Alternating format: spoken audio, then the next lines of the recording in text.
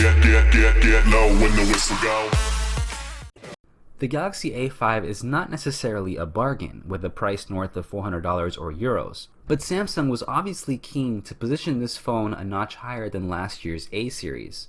Build quality and looks is one particular area where the Galaxy A5 can stand up to flagship grade scrutiny. Samsung's glass and metal combination is getting as refined with each iteration, and we admit we're fans of this design. The curves on the back make the A5 a joy to handle. We also like the way the glass surface on the back feels, if only it weren't such a smudge fest. On the front, we find again a fingerprint reader embedded in the home button, and it works just as well as on the S7, which means it's dependable but not the fastest we've seen. The loudspeaker is placed on the right side of the phone, right over the power button. We're glad to see the good old 3.5mm headphone jack. The A5 uses the latest USB-C port, something the S7 doesn't even have. There's even a microSD slot on the top of the phone to expand the existing storage. One of the most notable changes with the A5 2017 is the always-on display, which comes with the same level of functionality as on the S7.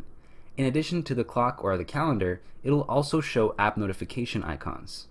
A less obvious upgrade is the IP68 certified dust and water resistance, a rare feature on a mid-range device even in the premium segment. The AMOLED screen on the front delivers a traditional punch in contrast and colors, but there's also a super color accurate screen mode for the times you need one. The screen brightness is as high as on the Galaxy S7, and even though our camera will often capture the backlight pulsating, this is not something you'd notice in person. The A5 2017 fared better than the S7 in all of our screen-on battery tests. The Galaxy A5 ships with Android 6.0.1 Marshmallow, which is surprising for a new device, but an Android Nougat update is reportedly hiding around the corner. The UI on the new A5 has seen some changes compared to what we have on the S7.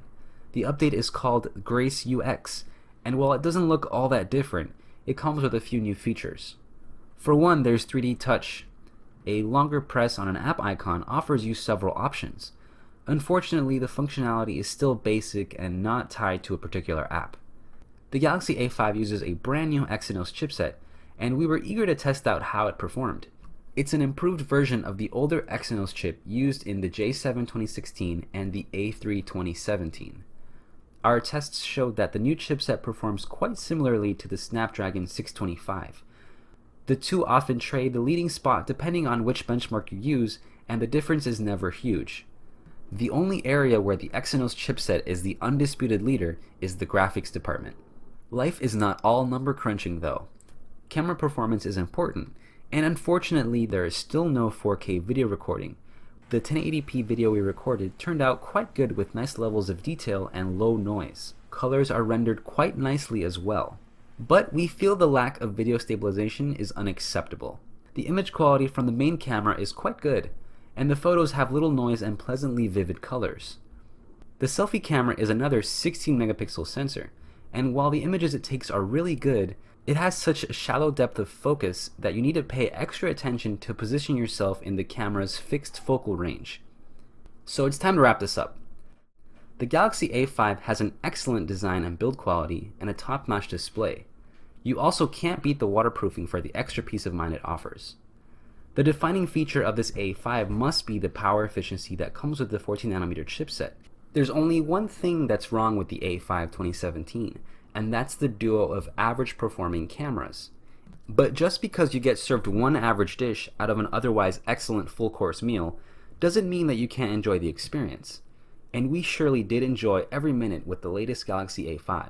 Don't forget to check out gsmarena.com for our full review and all the technical details.